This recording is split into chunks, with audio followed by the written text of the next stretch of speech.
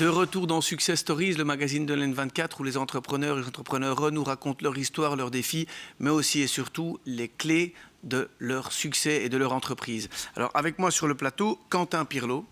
Bonjour Quentin. Alors Quentin, effectivement, vous avez fait des études, vous, en journaliste, production de toute une série de spectacles qui, en tout cas, pour les gens qui ont plus de 30 ans, sont très connus.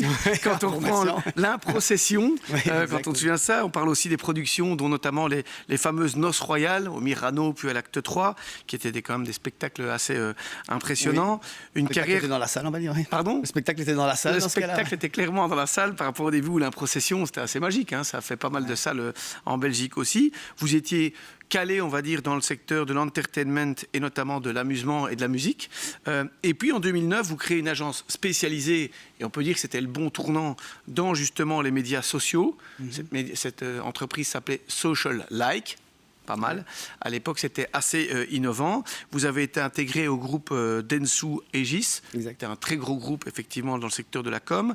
Vous allez y rester 5 ans après avoir cédé l'entreprise. Il voulait que les talents restent. Et vous allez redevenir, je veux dire, un spécialiste du digital en sortant. En 2020, vous commencez à travailler sur une idée de start-up dédiée au blind test, hein, ce fameux truc où on est censé crier le nom de la chanson qu'on a reconnue, qui deviendra Georges en 2021. Alors, Georges, c'est quoi le pitch ? Le pitch, oui, c'est le blind test. Donc le pitch, il est dans le headline de l'entreprise, qui est le blind test devient un jeu de société. Et donc, et les deux mots sont connus par tout le monde. Tout le monde sait ce que c'est un blind test, ou en tout cas la majorité des gens savent ce que c'est un blind test, et la plupart des gens savent ce que c'est un jeu de société. Et donc c'est vraiment l'association des deux. C'est un jeu que les gens pratiquent déjà, mais qui n'a pas encore le label jeu de société. Et donc on essaie de l'amener à ce niveau-là. Alors, je suis tout à fait d'accord avec vous. D'habitude, il y a toujours une personne qui s'en occupe. Je pense qu'on reviendra tout à l'heure sur le nom. Mais c'est un concept qui existe depuis longtemps. Comment vous avez fait pour le rendre accessible ? En fait, oui, alors, accessible, il est déjà, parce que la plupart des gens jouent déjà. Donc les gens adorant les jeux de culture en général, moi je suis un enfant du Trivial Pursuit, donc voilà. Et quelque part, le blind test, c'est un Trivial Pursuit, mais musical. Et donc les gens ont trouvé des solutions par eux-mêmes, ils vont chercher la musique sur YouTube, sur Spotify, ils créent leur playlist et ils organisent par eux-mêmes leur jeu de culture générale musicale. Vous aviez fait une étude de marché là-dessus, vous ? On a fait une étude de marché en 2020, de mémoire, en France, qui est valable pour, culturellement, c'est valable pour la Belgique, sur 900 personnes, qui était d'ailleurs vraiment intéressante. C'était à la fois sur la manière dont les gens consomment le blind test musical par eux-mêmes et l'intérêt pour le produit. Et dans la manière dont les gens consomment le blind test musical, on avait, je ne vais pas donner tous les chiffres, mais on avait 70% des 25-55 ans qui jouaient au moins 2 fois par an. En France, ça fait 24,8 millions d'habitants qui chaque année jouent 2 fois par eux-mêmes en se débrouillant, mais en sortant pas une boîte de l'armoire et en devant se débrouiller et techniquement et ludiquement. Alors avec vous, le truc, moi perso, que je trouve génial, c'est vrai, parce qu'on se dit, tiens, qu'est-ce qu'il y a de spécifique ? C'est que le blind test, normalement, il y a quelqu'un qui doit l'organiser, on doit sélectionner les chansons, et puis parfois, alors ça c'est juste un avis personnel, mais le pire, c'est que c'est celui qui gueule le plus qui dit qu'il avait le bon nom, alors que ça tombe, c'est quelqu'un qui l'avait chuchoté avant. Vous avez réussi à transformer le GSM de chacun, quand on joue à plusieurs, en un buzzer. Donc on doit taper et faire le truc. C'est ça la clé ? Alors c'est une des clés, c'est pas la seule clé de Georges, mais effectivement la manière dont les gens pratiquent le blind test musical par eux-mêmes aujourd'hui est une manière très anarchique. Donc comme vous décriviez, c'est le plus rapide peut répondre. Quand on est 6 à répondre en même temps et qu'il y en a 3 qui pensent qu'ils ont la réponse, ça fait beaucoup de bruit en même temps, quoi. Et donc Georges amène effectivement à la fois la solution musicale, c'est lui qui sélectionne la musique, et en même temps il apporte cette petite solution technologique de buzzer sur tous les smartphones pour éviter d'avoir la foire d'empoigne de qui a crié le premier. Et voilà. Donc avec Georges, effectivement, dès que quelqu'un buzz, l'extrait s'arrête. Cette personne-là peut proposer sa réponse, si c'est la bonne. Elle gagne un point. Si c'est pas la bonne, on continue avec les autres joueurs. Mais au moins, c'est structuré. Alors, avant de passer à la question de la V1 à la V2, je vais revenir là-dessus. D'abord, une question. Vous dites Georges, vous en parlez comme si c'était un ami. C'est un peu ça l'idée. Pourquoi avoir appelé ce blind test Georges ? D'abord, je me permets d'appeler par son prénom parce qu'on se connaît bien quand même maintenant. Mais non, pourquoi est-ce qu'on l'appelait Georges ? Parce qu'on a fait, j'imagine, comme toutes les startups, un formidable brainstorming pour trouver un bon nom et qu'on a vraiment tourné en rond, quoi. C'est-à-dire qu'on était là avec Quizik, Zik, Quiz. Enfin, on voulait mettre le concept dans le nom, ça n'allait pas du tout. Et finalement, quelqu'un a dit mais pourquoi est-ce qu'on lui donne pas un prénom puisqu'il va remplacer quelqu'un autour de la table. Il remplace celui qui organisait. Celui qui organisait. En plus, il sélectionne la musique. Et puis après, on s'est rendu compte qu'en termes de CRM, c'est juste génial. C'est-à-dire que quand les gens ont une question, ils l'adressent à Georges. Et c'est Georges qui leur répond. Donc c'est très amusant. Les gens peuvent écrire à georges@georgesquiz.com. Ils ont tout de suite une réponse signée de Georges. Et donc les premiers messages sont en général bonjour madame, monsieur, virgule. Et puis ils ont une réponse de Georges et ça devient un dialogue entre le consommateur. Georges, dis-moi. Exactement. Donc ça crée un lien fort entre la marque et le consommateur qu'on trouvait très intéressant. Et donc en termes de marketing, c'est utile. Ouais, donc un service après-vente assez intéressant serait quand Ouais, on le voit. ouais. Vous aviez une V1, Ouais. version 1 Ouais. de Georges. Vous êtes passé à une V1 où on pouvait avoir une app, ça pouvait être, on pouvait commander déjà une boîte. Vous êtes passé à une V2. Ouais. C'est quoi les changements fondamentaux qui font qu'en sorte, en quelque somme aussi, ça a vraiment bien décollé ces derniers mois, en fait, cette solution? Bah oui, le parcours est intéressant parce que c'est vraiment un parcours de start-up, quoi. C'est-à-dire qu'on sort une V1 en... Alors, le mois de décembre est un mois clé pour les jeux de société. C'est Donc, clair. nous, notre première sortie se fait à mi-novembre 2022. Et je commets quelques erreurs. Dans ces erreurs, il y a une erreur technique et une erreur stratégique. L'erreur technique est dans l'application, pas sur le fond, sur la forme. Sur le fond, tout fonctionnait très bien, mais sur la forme, j'ai négligé l'UX, clairement, et j'ai négligé l'expérience Donc, l'expérience utilisateur. utilisateur. L'expérience UX, utilisateur c'est- a fait que pour vraiment avoir un premier extrait musical, il fallait créer son profil, il fallait rentrer dans les C'était réglages. compliqué. C'était trop compliqué. Alors, moi, ça me paraissait simple, mais ça, c'est vraiment une Maintenant, erreur. ça prend 4 secondes, c'est ça? Ouais, maintenant, l'expérience musicale prend effectivement 2 clics et jouer en prend 3. Quoi. Donc c'est vraiment simplifié et toute l'interface a été un peu revue. Ça, c'est pour l'aspect technique. Après, d'un point de vue stratégique, nous, on a pensé depuis le départ que l'application en stand-alone pouvait être une source de revenus dans le business plan. Et puis, on avait quand même une boîte de jeux physique qu'on n'avait même pas mis en magasin tellement on pensait que la vente en e-commerce par nous-mêmes serait suffisante. Et en fait, ce qui s'est passé en décembre 2022, c'est que, évidemment, l'app ayant des erreurs de développement, commercialement, on n'a pas suffisamment bien pris. En revanche, on a vendu 1250 boîtes par nous-mêmes sur notre site de e-commerce sans être dans les magasins.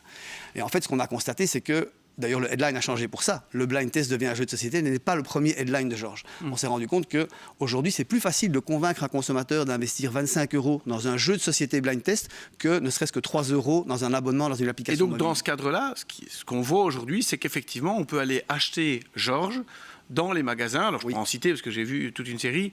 Club, Fnac, Bros et tous les bons magasins de jeux. On voit qu'on peut aller chercher cette boîte. Et ça, en fait, il y a un côté peut-être rassurant. J'achète la boîte, puis après, je peux le faire et je peux avoir En ce fait, point-là. ouais, je pense qu'il y a ce côté rassurant dans le fait d'acheter un jeu de société. Alors forcément attaché à un produit physique, parce que sinon ça n'est pas dans votre esprit un jeu de société. Il y a quelque chose de rassurant et il y a une logique par rapport au prix qui est finalement plus facile à passer comme cap que le fait de dire je vais prendre un abonnement dans une application qui tourne sur App Store ou Google Play Store.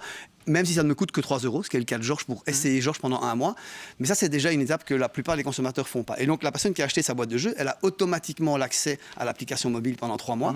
Et en fait, ce qu'on voit d'ailleurs maintenant dans les chiffres du début d'année, c'est que pas mal de gens qui ont vécu des parties par des gens qui avaient acheté des boîtes ont vu à quel point c'était simple et donc se convertissent à l'abonnement dans l'application sans acheter la boîte. Ça grandit assez vite. Quelle est l'ambition? Parce qu'en fait, à partir du moment où je peux le faire, que tout fonctionne bien, parce que c'est vrai que c'est compliqué de pouvoir, vous avez vos listes de chansons, je peux le mettre, ça fonctionne très très bien. On peut conquérir le monde parce que ça ne va pas vous coûter beaucoup d'ouvrir les pays, entre guillemets.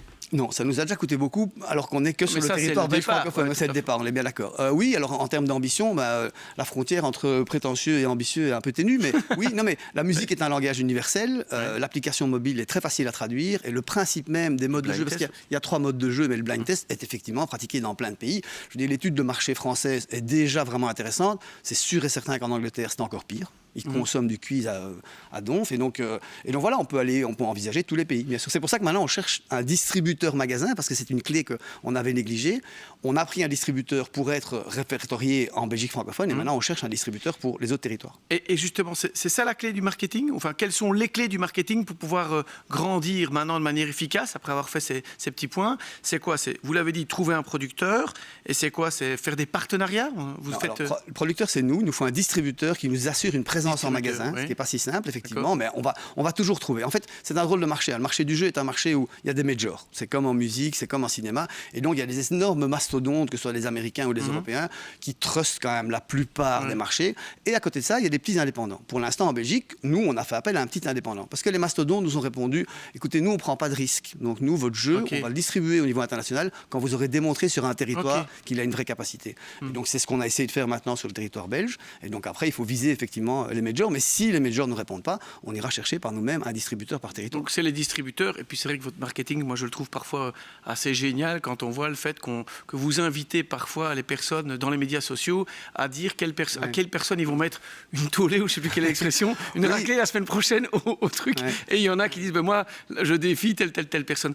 Question suivante. Vous indiquez clairement que Georges respecte les droits d'auteur. C'est vrai que c'est pour ça, en fait, aussi que c'est payant, c'est spécifique. Peut-être un peu expliquer un blind test qui est comme ça, je vais dire, développé dans une société, il doit respecter les droits d'auteur des musiques qu'il diffuse. Oui, c'est étonnant de devoir encore l'expliquer. Maintenant, la plupart des gens ont évidemment compris que la musique en streaming était devenue payante. Oui, tout à fait. Spotify et les autres. Voilà, Spotify et les autres, tout le monde a accepté qu'on prenne payer son abonnement dans Spotify. Les gens ne se rendent pas bien compte que quand ils font un quiz musical en utilisant une playlist sur YouTube, en fait, ils sont dans l'illégalité. Et je comprends qu'ils s'en rendent pas compte. Oui, parce que YouTube ne respecte pas. Parce que la personne qui a déposé une playlist avec des extraits musicaux ne respecte pas la loi. Maintenant, Ok, c'est pas important en soi.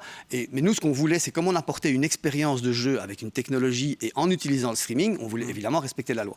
Et c'est intéressant de savoir que, par exemple, Spotify ne peut pas faire des quiz musicaux. Spotify est une plateforme de streaming musical à la demande. Et donc, ils achètent une licence pour ça, pour tout à fait spécifique, du streaming à la demande. Eux ont une licence spéciale pour qu'on puisse télécharger la musique dans les smartphones. Nous, on a une licence tout à fait différente. On utilise maximum 30 secondes de chaque morceau.